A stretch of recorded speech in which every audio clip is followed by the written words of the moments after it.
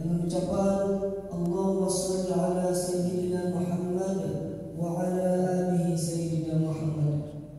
Langsung saja, saya tidak akan memperpanjang mukadimah. Marilah sama-sama kita simak, kita dengarkan apa yang disampaikan Al-Ustaz kita Tri Widya Sandika. Kepada Al-Ustaz kami persilakan dengan segala hormat.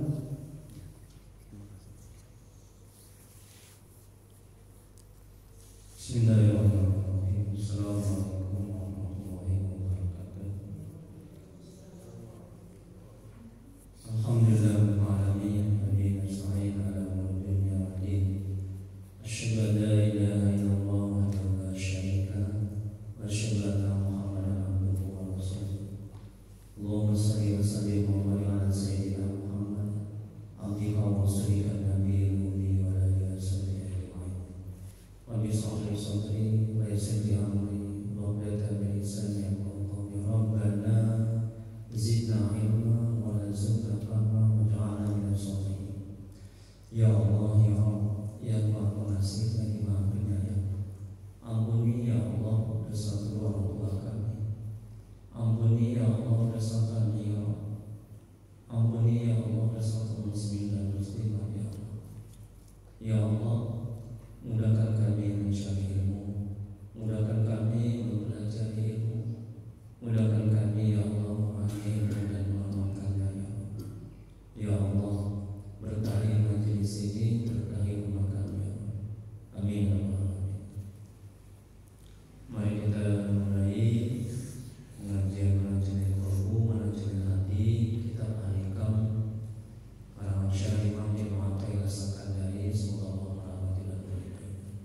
Yang berdasarkan kitab dan kemparannya kita hadirkan Nabi Muhammad SAW, maka dan sahabat-sahabatnya, kemudian para tabi'in, tabi'in, Syekh Muhammad Al-Fatih, Syekh Imam Ibnu Athaillah As-Sakandari, guru-guru kita, orang-orang kita, kaum muslimin muslimat pada umumnya. Al-Fatihah. A'udzu billahi minasy syaithanir rajim. Bismillahirrahmanirrahim. Alhamdulillahi rabbil alamin. Ar-Rahmanir Rahim. Maliki yaumiddin. Iyyaka na'budu wa iyyaka nasta'in. Ihdinas siratal mustaqim. Siratal ladzina an'amta 'alaihim ghairil maghdubi 'alaihim waladdallin. Amin. Ilaihi anta maqsudi wa ridhaka rabbi. Ya Allah, Engkau yang kami tuju, keridhaan-Mu yang kami cari. Amin ya rabbal alamin. Bapak, Ibu, jemaah pengantin Allah Subhanahu wa taala. Baik, kita lanjutin kajian manajemen qalbu, manajemen hati. Kita alihkan hikmah yang kelima. Sebelum masuk hikmah yang kelima, kita ulang sedikit hikmah yang keempat yang lalu ya. Jadi bagi yang belum mendapat materinya pengajian yang lalu, jadi bisa diambil setelah pengajiannya.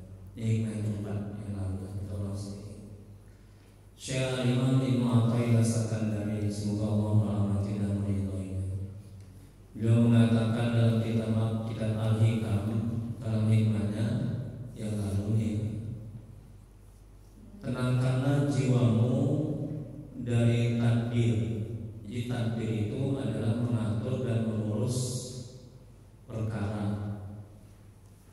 Mengatur mengurus itu takdir ya. Perkara duniawi. Karena apa yang telah diatur dan diurus Allah, jangan kamu turut mengatur dan mengurusnya. Jadi Al-Imam Ibnu Athaillah itu menasihati kita, menganjurkan kepada kita, ya, mengarahkan kepada kita, mendidik kita, menyuruh kita dalam hal perkara duniawi, ya, yang namanya duniawi itu harta,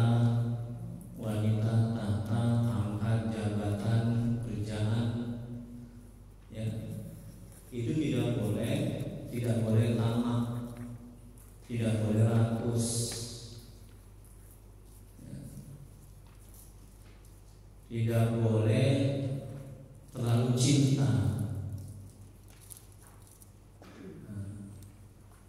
Karena rezeki itu sudah diatur, sudah selesai dibagikan, ya. Dan gak akan mungkin ketukar rezeki kita sama orang lain. Jadi kalau sudah jatah kita, pasti akan kita dapat. Kalau belum jatah kita, gak akan dapat,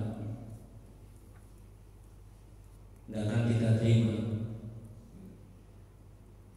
Begitu juga dalam hal pekerjaan, ya. Dalam hal kegiatan, misalnya dalam pertandingan, dalam hal belajar, kalau memang sudah rezeki kita, takdir kita, pasti kita menang, pasti kita akan mendapatkan rezeki. Tapi kalau belum takdir kita, ketentuan kita nggak akan dapat. Untuk itu Al-Imam Ibnu Athaillah, ya, itu menyuruh kita, menasihati kita agar dalam hal rezeki, ya, dalam hal dunia beserta isinya ini, itu kita tidak boleh tamak, rakus, takut, ya, cemas. Yang terpenting kita harus ikhtiar dan usaha, doa. Jadi ibadah, ikhtiar, doa. Jadi kalau misalnya kita ibadah, jangan hanya ibadahnya, juga dibarengi dengan ikhtiar. Terima kasih. Baik, kita masuki mulai yang berikutnya, yang kelima. Dan semua materinya. Syekh Al-Imam Ibnu Athaillah Sakandari, semoga Allah merahmati dan meridhoinya. Dia mengatakan dalam kitab Al-Hikam, karena hikmahnya yang kelima ini, kegigihanmu dalam mencari apa yang telah dijamin untukmu. Apa yang sudah dijamin, Bu? Apa yang sudah dijamin? Rezeki, ya. Ini kata Imam. Jadi mati-matian kita, tamak kita, rakus kita, lupa kita ibadah, ya, dalam mencari apa yang sudah dijamin, yaitu rezeki. Orang tidak kerja aja dikasih rezeki, apalagi kerja. Ya, materinya ini adalah tolong.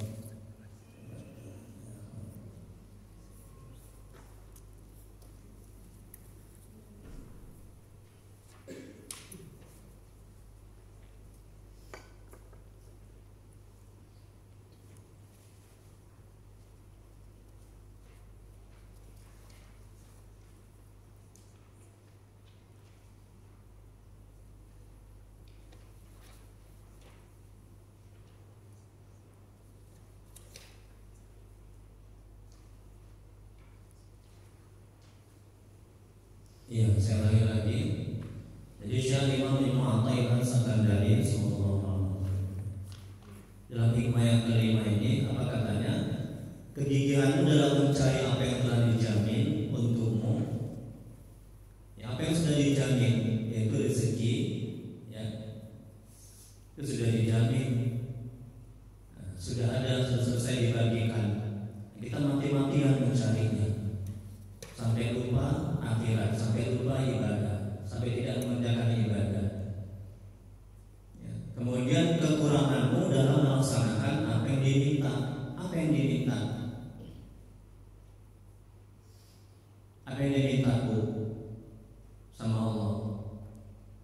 Tidak kujadikan jin, kata Allah dalam Al-Quran, tidak kujadikan jin dan manusia kecuali untuk beribadah. Jadi Allah meminta kita supaya ibadah,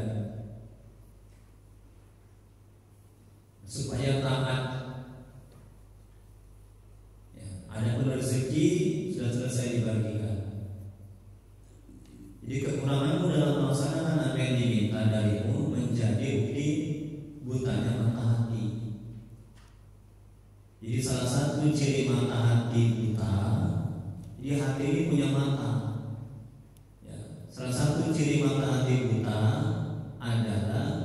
dia sibuk mencari yang sudah dijamin, yaitu rezeki, dan lupa atau enggan atau tidak mau melaksanakan apa yang diminta, yaitu ketaatan. Kita lihat penjelasannya. Hati adalah pokok dari segala sesuatu yang dimiliki oleh manusia, sebagaimana sabda Nabi Nu'man Ibnu Bashir sallallahu alaihi wasallam. Rasulullah SAW bersabda, semuanya dalam tubuh manusia itu ada segumpal daging. Apabila ia baik, maka baiklah seluruh tubuhnya, dan jikalau ia rusak, maka rusaklah seluruh tubuhnya. Tidak baik dan tidak bukan, itulah yang dikatakan hati. Di Sahih Bukhari dan Muslim. Sallallahu alaihi wasallam. Di dalam tubuh kita ini itu ada segumpal daging, itu yang namanya hati. Jadi hati ini nggak bisa dilihat, nggak bisa diraba, hanya bisa dirasa. Letaknya di dada sebelah kiri. Jadi hati adalah sumber dari keselamatan. Hati ini tempat ma'rifat, tempat mengenal Allah. Jadi kalau hati kita ini nggak baik, kata Nabi, maka seluruh anggota akan tidak baik. Mulut akan bercakap yang tidak baik. Hati ini kotor, itu yang masuk ke dalamnya, bukan yang keluar. Kalau kita bercakap yang tidak baik, maka hati kotor. Kalau kita melihat yang tidak baik, maka hati kotor. Makanya kita harus mati-matian menjaga hati kita. Tapi zaman sekarang lain, orang mati-matian menjaga badannya, betul bu? Iya kan? Kan badannya akan hancur dimakan cacing, betul? Ya. Yang gemuk supaya kurus, yang pesek supaya mancung, yang jerawatan supaya mulus. Sibuk memperbaiki casing, tapi nggak sibuk memperbaiki hati. Nggak pernah kita lihat, ibu mau kemana? Saya mau keluar negeri lah. Saya punya penyakit hati, sombong, takabur. Ya. Saya susah melihat orang senang, senang melihat orang susah. Ya kan?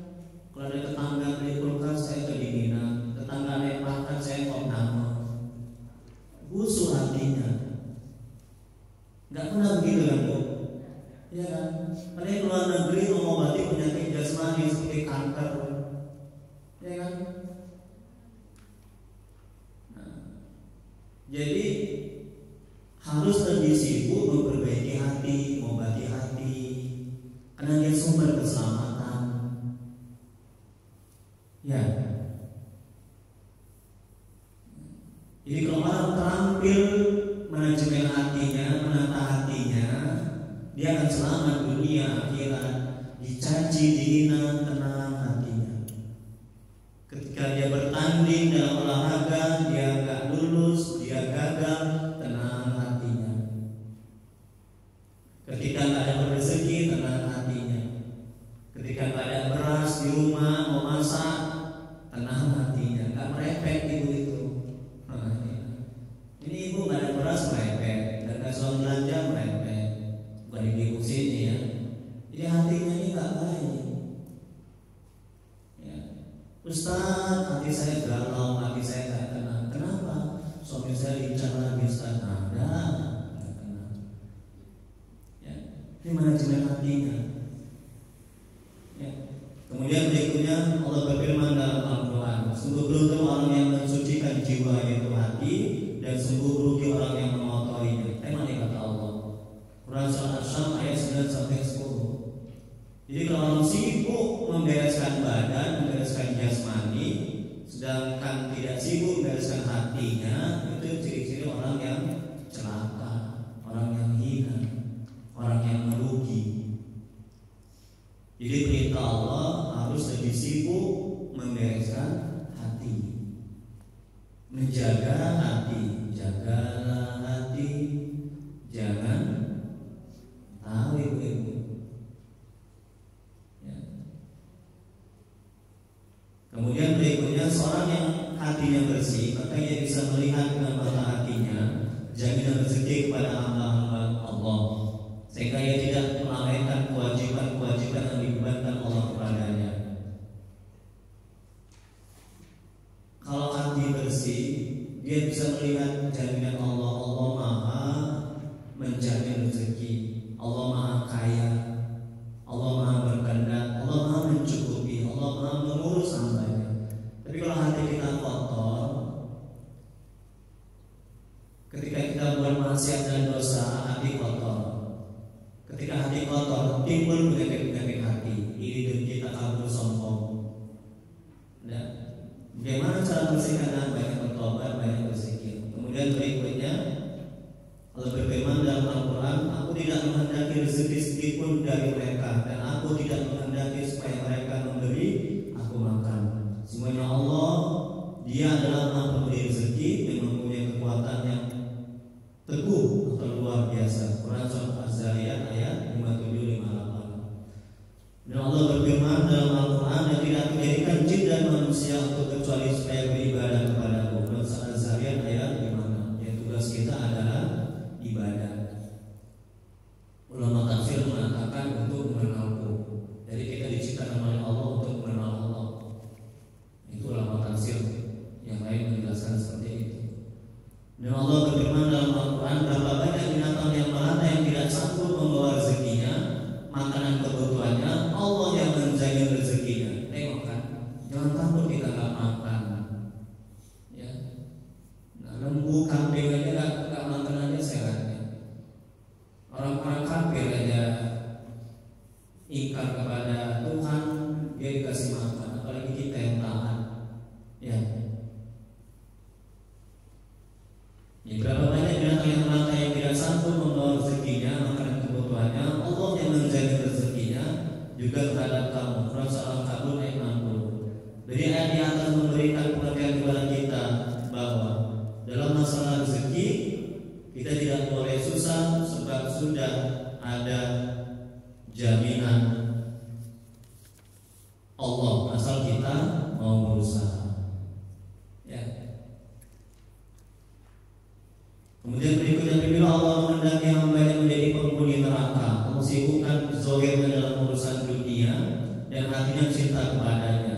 Akhirat kabur mata hatinya, akhirnya kabur mata hatinya, sehingga menguasai mata zahirnya terhadap mata batinnya, dan tidak terlihat kecuali yang nampak pada mata batin. Ini ciri-ciri Allah menghendaki seseorang itu tidak baik.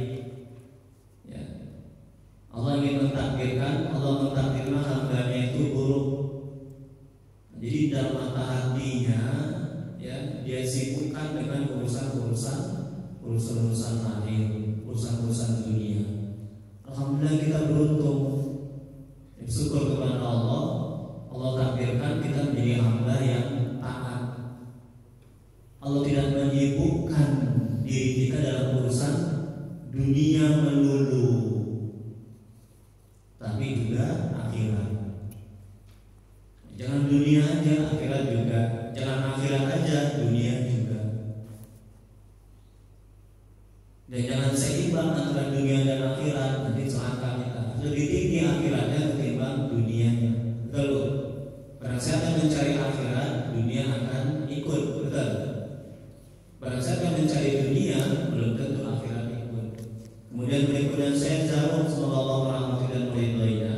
Jika Allah ingin menghinakan seorang hamba, maka dia akan menyibukkannya dalam urusan akhir dengan melayani makhluk, dan dalam urusan batin dengan mencintainya. Dia akan senantiasa seperti itu hingga cahaya mata hatinya terhapus. Setelah itu cahaya mata lahir menguasai mata hatinya, sehingga dia tidak bisa melihat selain segala yang indrawi. Kemudian dia bersungguh-sungguh mencari rezeki yang telah dibagikan dan telah dijamin untuknya. Dia lengah dari kewajiban yang dituntut darinya, dan bila mata hati telah terhapus, maka kekufran yang akan terjadi. Ini kalau Allah ini menghinakan seorang hamba. Ya. Dia sibukkan jasmaninya, tubuhnya dengan melayani makhluk, sehingga lupa akan akhirat. Kemudian berikutnya dia halaman 2. Sungguh dunia itu seperti sungai, tidak ada yang selamat darinya selain orang yang tidak meminumnya, meminum airnya, atau yang mengambil hanya segenggam tangannya, bukan yang minum untuk memuaskan dahaganya. Kemudian berikutnya, perlu kita ketahui tanda-tanda orang yang tenggelam dalam berusaha pada apa yang telah dijamin oleh Allah.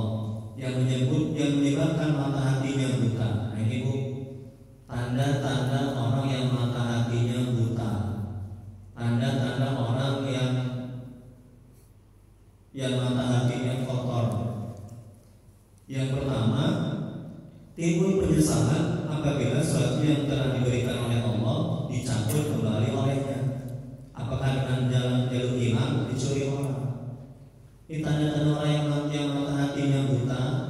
Ketika uangnya hilang, stres dia. Ketika suaminya meninggal, istrinya meninggal, stres dia. Ketika dia gagal dalam mencari apa yang dia inginkan, stres dia, menderita dia. Ini tanda-tanda orang yang mata hatinya buta.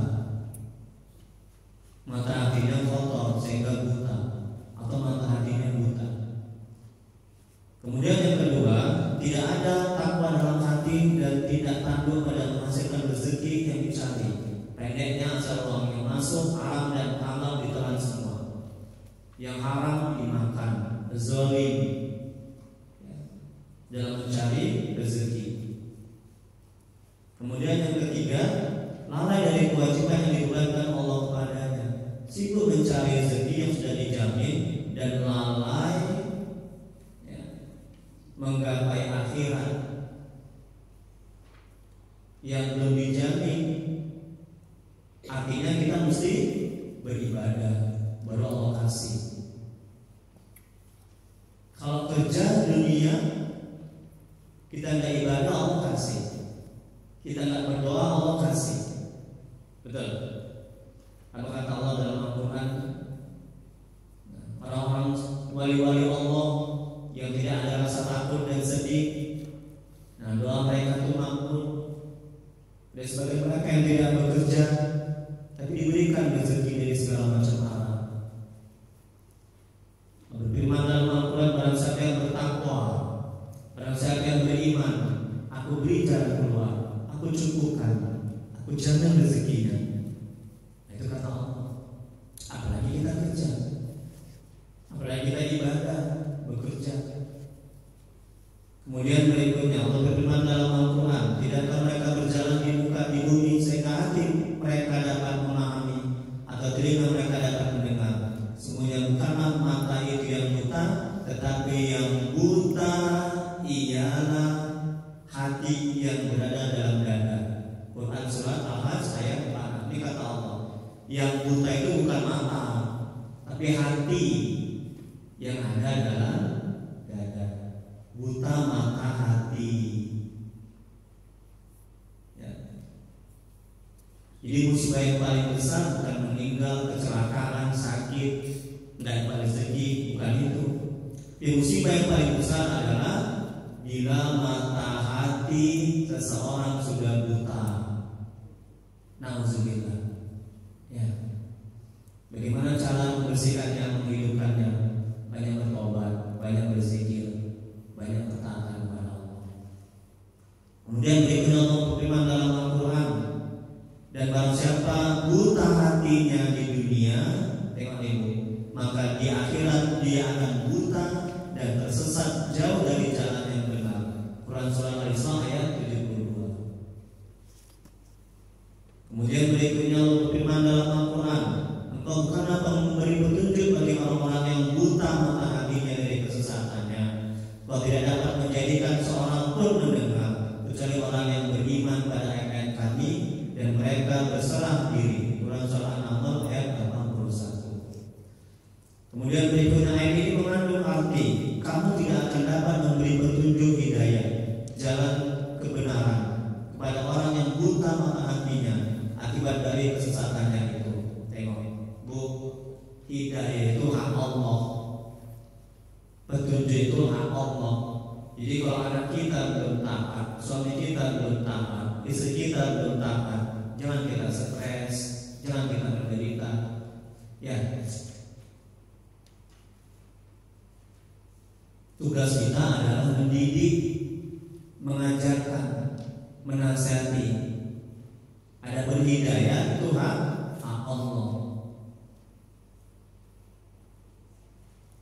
Gosaran kita yang banyak maksiat ini, banyak dosa, termasuk saya.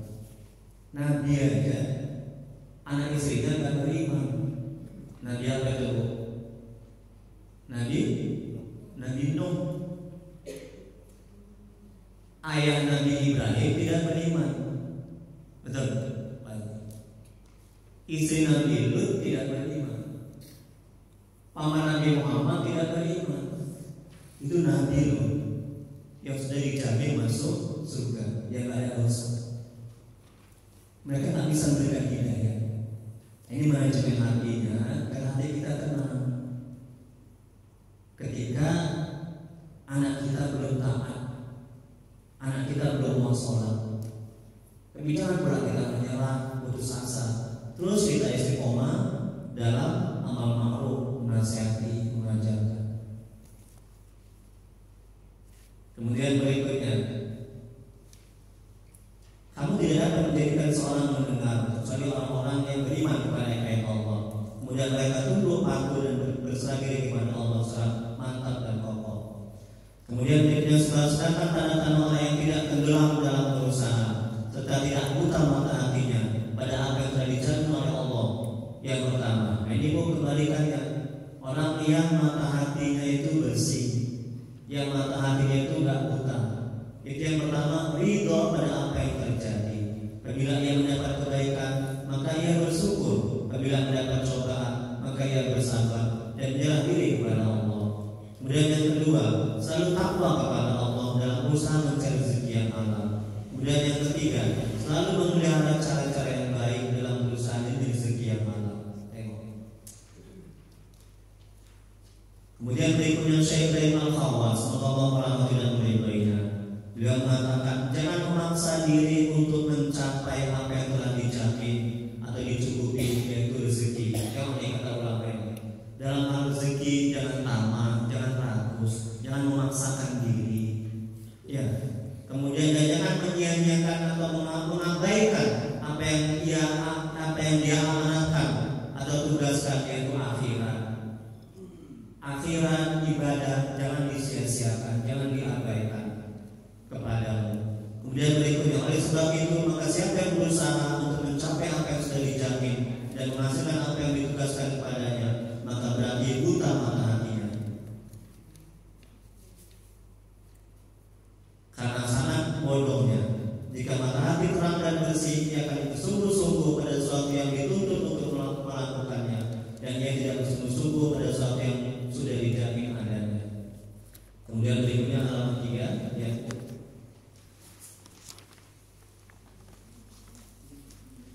Untuk mendekati paham,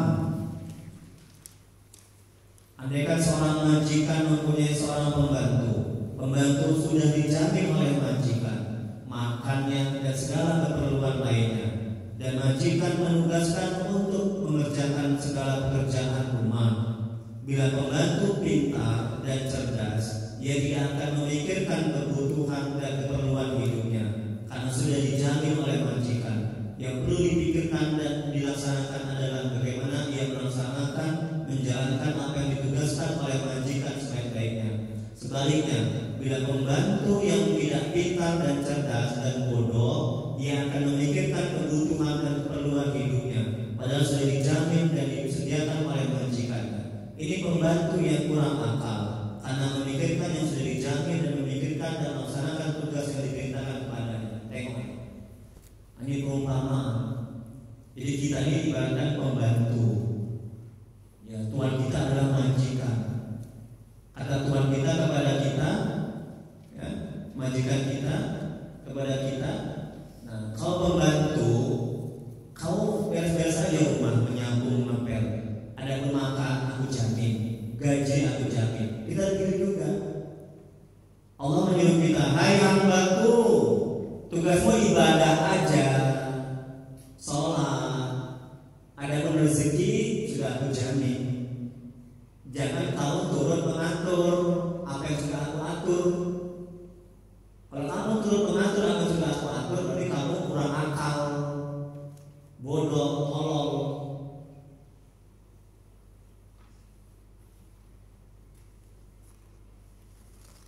Kerja ibadah, cari duit ibadah, berdagang ibadah, bertani ibadah. Kemudian berikutnya, yang Allah jamin kepada kita adalah rezeki sesuai dengan bagian kita. Kita tidak boleh memberikan rezeki lagi. Yang kedua, Allah akan membuat sebab datangnya rezeki kepada kita. Yang ketiga, kita tidak akan mati sebelum habis rezeki kita. Sepanjang kita masih hidup, pasti ada rezeki kita. Rezeki terhenti kalau kita sudah meninggal dunia. Inna lillahi wa inna ilaihi raji'un. Baru terputus rezeki itu. Jadi jangan takut. Ya.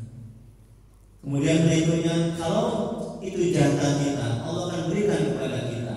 Kalau bukan jatah kita, Allah tidak akan berikan kepada kita. Sadarkan dalam hati, ini manajemen hatinya. Karena kita tidak tamak dan ragus akan rezeki orang lain, dan agar rezeki orang lain pindah kepada kita.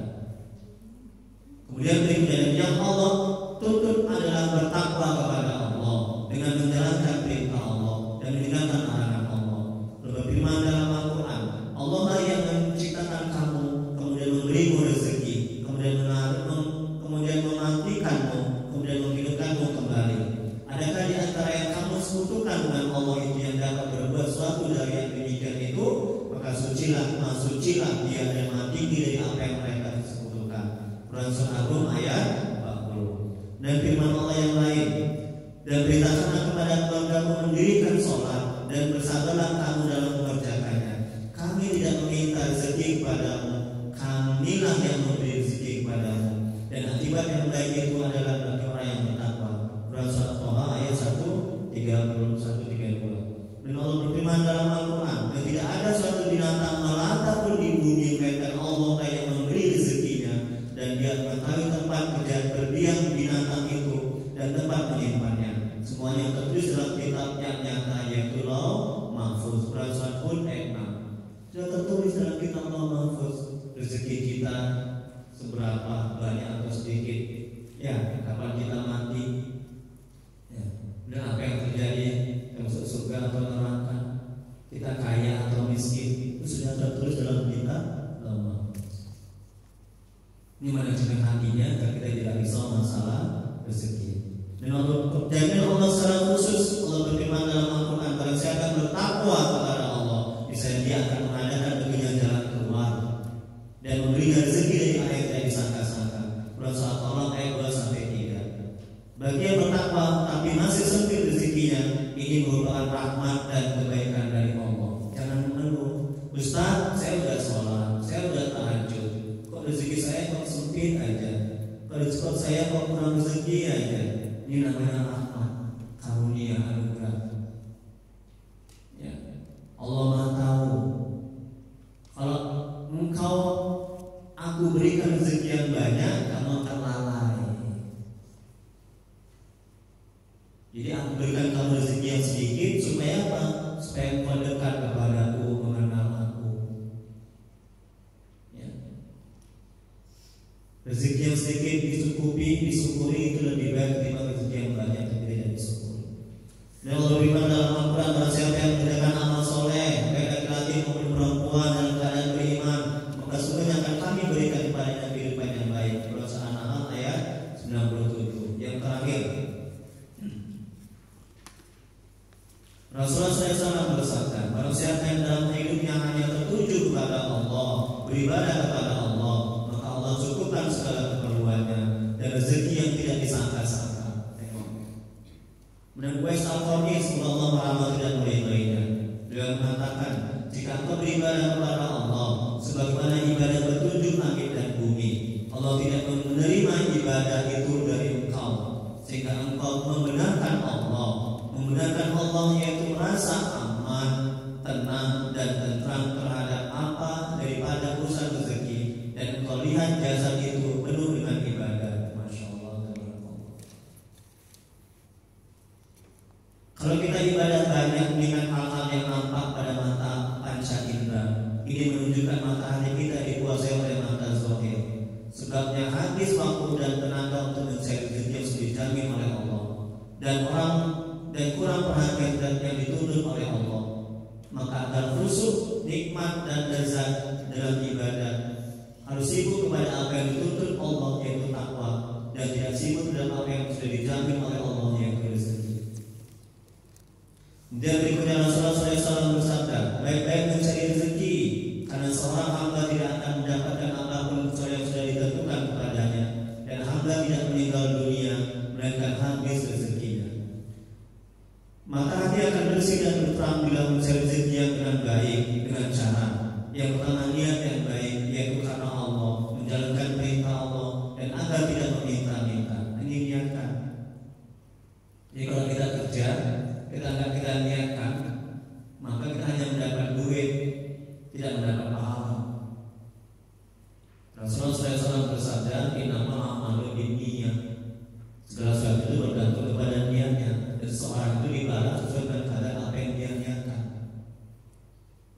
Yang kedua, mengitikadkan yang benar, yaitu rezeki dari Allah. Bu, suami itu bukan pemberi rezeki. Suami itu pemakan rezeki. Adapun pemberi rezeki adalah Allah. Jadi jangan takut kalau tidak ada suami, kalau suami telah memberikan uang belanja, jangan sedih, takut, sedih, cemas. Itu yang bisa membutakan mata hati. Ini manajemen hatinya. Itu yang membuat ragu akan jaminan Allah. Allah kaya enggak ya? Mencukupi enggak ya? Ini akibat penyakit-penyakit hati, seperti takut gak dapat rezeki, takut gak dibagikan, takut gak dicari. Yang takut itu yang dapat membersihkan hati, takut kalau Allah meninggalkan kita, takut kalau kita masuk neraka, takut kalau amal ibadah kita tidak diterima. Ya, itu takut yang terpuji. Itu takut yang dapat membersihkan hati, menghidupkan hati. Jangan takut berkenaan dunia. Itu akan mengotori hati, membutakan mata hati. Takut kalau tak punya kawan, takut kalau ditinggalkan suami istri, takut kalau anak nanti gak sukses, takut kalau anak kalah bertanding. Jangan. Itu akan mengotori hati, bahkan membutakan mata hati, akan membuat kita jauh dari Allah dan tidak akan mengenal Allah. Paham? Nah ini kata Imam Ibnu Athaillah As-Sakandari. Yang kedua, mengitikadkan yang benar, yaitu rezeki dari Allah, sedangkan usaha itu hanya sebab. Kenapa Bu kita disuruh berusaha? Kalau kita akan berusaha, kita akan dapat rezeki itu. Kalau kita akan berusaha, kita bisa menang dalam bertanding. Kenapa harus berusaha? Kenapa? Ini usaha itu hanya sebab. Kita disuruh Allah berusaha agar menjadi ladang amal, menjadi ibadah. Jadi ketika mencari rezeki atau menjemput rezeki, jangan bergantung bersandar kepada usaha kita. Ketika kita bertanding dalam pertandingan yang mana, yang berkuda, berenang, itu yang sunnah, jangan bergantung bersandar kepada usaha kita. Kalau itu yang kita lakukan, ketika apa yang kita usahakan belum berhasil atau tidak berhasil, kita akan kecewa, putus asa. Tapi bergantunglah kepada Allah, kepada rahmatnya, kepada karunia-Nya. Ketika kalah tidak dapat, kita tidak kecewa. Karena kalah menang Allah yang menentukan, Allah yang buat. Dan ketika kita menang, dapat rezeki, sukses apa yang kita dapatkan, kita tidak jumawa, merasa hebat, merasa mulia. Karena kemenangan kita, dapat apa yang kita inginkan semata-mata karunia Allah, anugerah Allah. Ini manajemen hati kan bisa seperti itu. Kalau nggak sukses kita, kecewa kita. Berapa banyak orang yang bunuh diri, ya kan Bu? Yang stres, menderita, gila. Ini mau pemilu banyak caleg, ya kan? Nggak jadi caleg, banyak kan Ustaz yang gila, lagi, Mas. Banyak kan yang gila kan? Ya kan Bu? Kenapa dia gila nggak jadi calon legislatif? Karena dia bergantung bersandar kepada usahanya. Dia udah bagi-bagi sembako, bagi-bagi amplop, pilih aku ya. Nah ini amplop, ini beras. Kalah dia, stres. Jalan sendiri gak pakai baju di tengah jalan. Tebak bawa tas, bawa koper, pakai simet aja di tengah jalan. Karena gak belajar manajemen hati, alihkan. Dia bergantung bersandar kepada usahanya, kepada ikhtiarnya, kepada duitnya, kepada kemampuannya, kepada kehebatannya. Dia nggak bergantung bersandar kepada Allah, kepada rahmatnya, kepada karunia-Nya. La haula wala quwata illa billahil aliyyil azim. Tidak daya dan upaya kecuali dengan bantuan pertolongan Allah. Masya Allah, itu setan menjauh, nafsu itu jinak tertekan. Ya, setan nafsu tidak akan mempengaruhi kita, menggoda kita. Kemudian berikutnya, tengok nih kata Imam, mengikhtiarkan yang benar, yaitu rezeki dari Allah. Sedangkan usaha ini hanya sebab, ya. Dan sebab tidak memberikan bekas apa-apa. Pisau tidak akan bisa memotong. Kalau tidak, Allah takdirkan bisa memotong. Api tidak bisa membakar. Kalau tidak, Allah buat bisa membakar. Contohnya siapa yang terbakar? Nabi siapa bu? Nabi Ibrahim. Betul kan? Jadi api itu tidak akan bisa membakar kalau tidak diizinkan Allah. Jadi dingin api itu. Ini dan sebab tidak memberikan bekas apa-apa. Ini hanya menimbulkan pahala dan siksa. Kemudian yang ketiga, tidak melalaikan dan menghalangi ibadah kepada Allah. Seorang nabi berkata, bekerjalah untuk duniamu, seakan-akan kau hidup selamanya. Beramalah untuk akhiratmu, seakan-akan kau akan mati besok. Ini bisa diartikan bahwa urusan dunia, tengok, masih banyak waktu yang bisa kita buat. Kalau nggak selesai sekarang, ditunda dulu, sholat dulu, ibadah dulu. Jangan ditunda-tunda sholat. Ya bu, tanggung ini masanya enak, gulai ayam ini. Walau mudah aja, udah nanti aja lah. Nah ini nggak boleh. Mesti banyak lagi waktu, ya bu. Senyum di ibu kejadian seperti ini, ya kan? Udah. Kemudian, tetapi kalau urusan akhirat, jangan ditunda-tunda. Ya, ada nggak bu jaminan kita akan hidup setelah pengajian ini? Saya tanya. Ada bu? Nggak ada. Ya, nggak ada jaminan. Nggak ada yang tahu. Atau mungkin di antara kita. Nggak sampai lah ya. Mungkin jangan mengenai yang saya juga takut. Sebenarnya masih ada dosa ya. Ya, nah itu artinya, ya, itu artinya dalam urusan akhirat jangan tunda-tunda. Semakin kita tunda-tunda, semakin kotor hati. Nah makanya ketika sholat ibadah, ingat kita bakalan mati. Bu, ketika sholat, sadarkan dalam hati ini agar kita khusyuk dalam sholat, dalam ibadah. Ini manajemen hatinya. Ketika sholat, sadarkan dalam hati, akal pikiran kita bakalan mati. Inilah sholat terakhir aku. Jadi kita akan benar-benar ibadah, benar-benar khusyuk. Karena nggak ada jaminan setelah ini aku bakalan hidup. Begitu. Jangan dibalik ketika sholat merasa panjang umur. Akhirnya sholatnya main-main aja lah. Udah nggak usah khusyuk aja lah. Masih panjang, aku masih muda. Berapa banyak orang yang muda, ya kan, meninggal. Dan berapa banyak orang yang sakit yang mati-mati. Betul? Iya.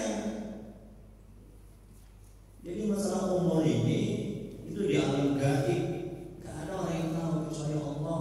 Sekalipun Nabi, betul kan? Nah, betul. Kemudian yang terakhir,